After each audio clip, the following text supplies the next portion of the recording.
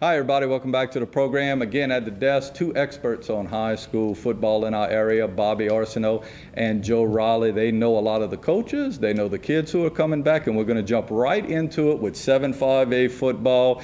And again, we're going in alphabetical order, so we'll start with Bourgeois, HL Bourgeois, a team that Joe has a lot that he probably knows about. He had those kids there last year. Now, new head coach Ben Powell. Last year, 2-8 overall, non-district. They'll be taking on Clark, Ellender, South Terrebonne, and Vanderbilt. Your thoughts on HL Bourgeois first, Bobby? I tell you what, Dave. Joe and I were talking earlier before we got on the air, and that Evergreen team that was so good last year. We got those kids coming up. The problem is they're not all playing. That's a shame. We were talking about that. All those kids need to play. There's a good little nucleus there, but Bourgeois is going to returns a lot of guys from last year. So the pre-district schedule doesn't look too bad. You got Clark and Ellen in there, not too strong football squads that you can kind of tune up on. South Terrebonne, Vanderbilt, after that, you're going to have to play those weeks. You're familiar with Darian Moore, and talking to Coach Powell, he said Darian Moore is a guy that's probably going to have to go two ways for him, Joe. Talk a little bit about him. You had him last year. Yeah, great kid, great attitude. He wants to be there. Actually, one of the tougher kids. I actually had to move him from wide out to tight end last year just because he was tough and just wanted to be a blocker. And he's a great kid, and he's going to do good things for them. Who fills in at quarterback? Now, Tevin Jackson. Tevin Jackson's going to move in. Other good running backs, obviously, DeQuincy Dunmiles is coming back. And Juan Walker, a kid who's transferred from Thibodeau. High. Very good. So they just got to get it going. They could beat Clark and Ellender to start it.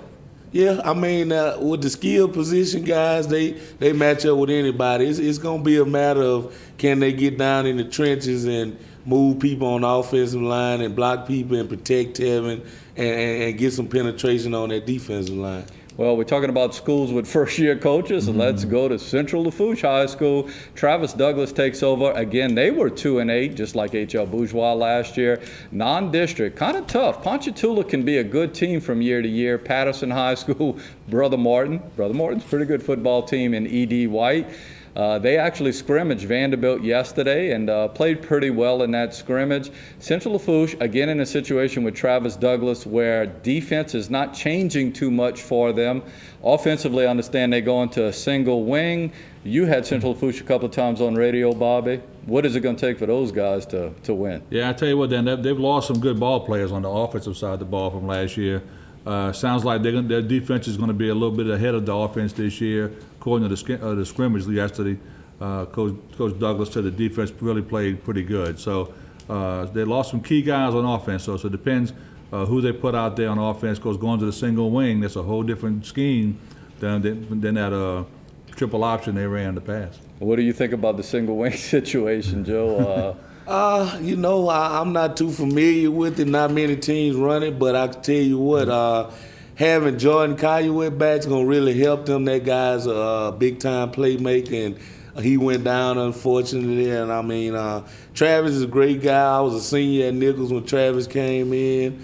And he's going to do everything in his power. And it's a situation where they need to get all the kids out there playing football down there in the Raceland area. So, I mean, that's a big thing these days, just getting the kids out there, especially the ones that can help. And by the way, Jordan Caillouette is a relation. I say a relation. He has ties to the Hodgson family. If I'm not mistaken, his mom is a Hodgson. So obviously good bloodlines. Yeah. Moving on, South Lafourche High School, a team that came on really tough last year. They won 4 at the end of the year, and I got to tell you, nobody wanted to play South Lafourche at the end of the year last year. They finished in district 4-2. Didn't get into the playoffs, unfortunately, just because of a PowerPoint situation. Boy, Terry Farmer is not shying away from a pre-district schedule. Destrahan, Plaquemine, John Errett, Helen Cox. A little bit about South Lafourche. Joe? Well, Coach Farmer's doing a great job down there. Real quiet guy, but he's a great coach. He's surrounding himself by some great coaches, especially Coach Drago. I got familiar with him. He was a recruiter, a coach at Northwestern State. I think he was at LSU also.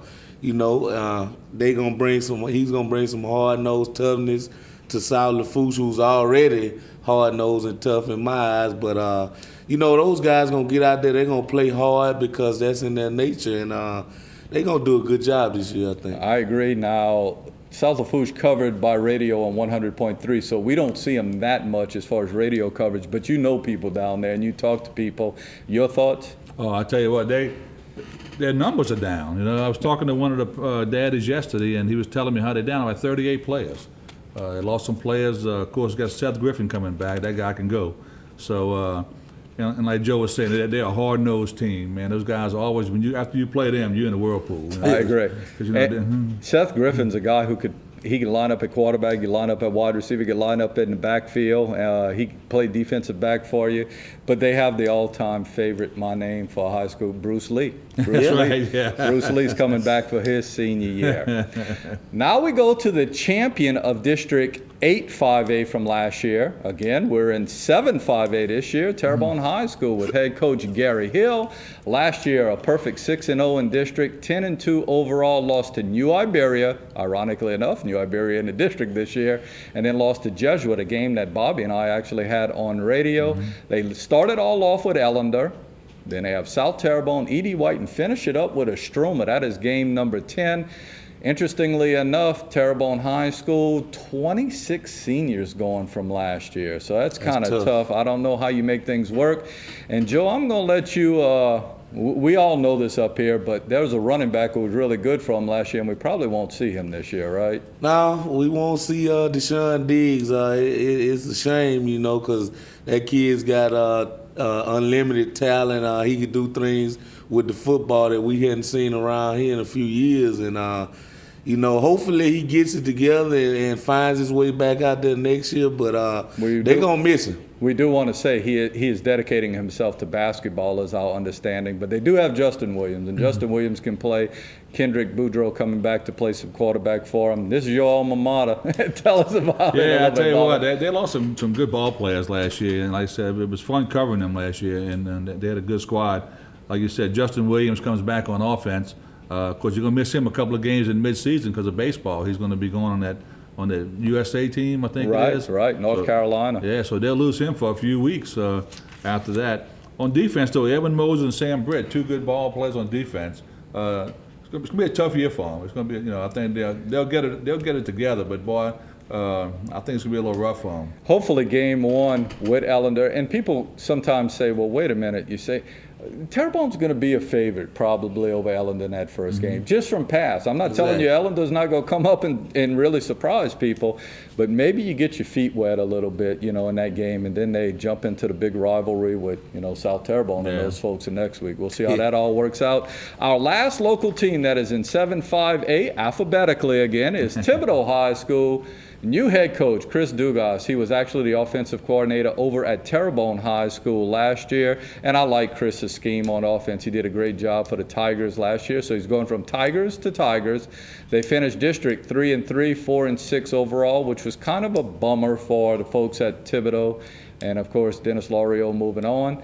He's got a pretty tough pre-district game. Higgins is good. Zachary is good. Assumption, we'll talk about him a little bit later. We understand is going to be a pretty good ball team. And Rummel, you know about Rummel, Joe, because you guys played Rummel last year. Talk a little bit about Thibodeau High School first, Joe.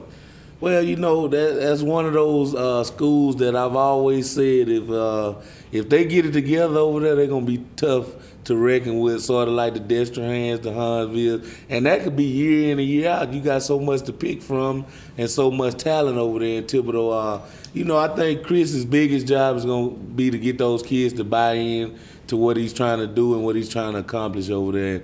If he does that, the sky's going to be the limit for those guys. I agree. Bobby? Yeah, until like Joe said, just a wealth of talent over there every year. Of course, every year they lose guys to D1 schools, it looks like. They always got a D1 signing. And but here again, they're returning some guys who are committed to D1. You got Granier, the linebacker going to LSU. So, they're never short on talent in Thibodeau. They always find their way to get those guys rolling and really have a decent season. once again, we talk about this. It's good for teams to build up confidence. You got Higgins to start it off now. Higgins can be tremendous one year and still good, but not as good the next year. It all depends on how that goes. Zachary's a team that's always good. We don't see him a lot in this area. So early on, we're going to learn out a lot about Thibodeau High School. Again, you mentioned Granier. They got some kid. They got kind of a running back by committee this year, but from what I've been hearing, there's the potential there. Oh yeah. It And certainly is. Yeah, of course, there's other two teams from that district that we're not going to look at individually, but if you can, Jason, throw up the other two teams. New Iberia is now in the district, so we kind of don't officially call it the Bayou District anymore, even though those guys are sort of on the Bayou. New Iberia was 9-3 last year. Remember, they did defeat Terrebonne. That was Terrebonne's lone loss in the regular season. And Westgate, who started off kind of like horrible, turned it on at the end of the year, went all the way to the semifinals and lost to West Monroe. If they beat West Monroe, they get in the Dome, and unfortunately, they dropped that to West Monroe. Look at those preseason games. New Iberia's got St. Martinville, Lafayette, who's been kind of down, Acadiana, who is like real good, and Pineville, who's not bad, but Westgate. Bro Bridge is a very good football Got about team. 5 kids committed to LSU already. Is that right? Yeah. John Curtis, they're good. St. Thomas More, they're good. And Karen Crow's got it back together in the last couple of years. So Westgate's going to be ready to play. I'm going to tell you, if I'm in district, I want to play Westgate early on. They got enough PowerPoints there. They can lose all of That's them, and right, they got enough PowerPoints. What I'm going to do, we got to go to commercial break. I think I'm going to save this for the last segment. I want to ask you guys, 7-5A, some teams you think that might be at the top, and some that have a long way to go, but we're going to save that for the very end. We'll look at each district that way. Got to take a commercial break. When we come back, we're going to look at 8-4A. It is now the true Bayou District. We'll do that after this break.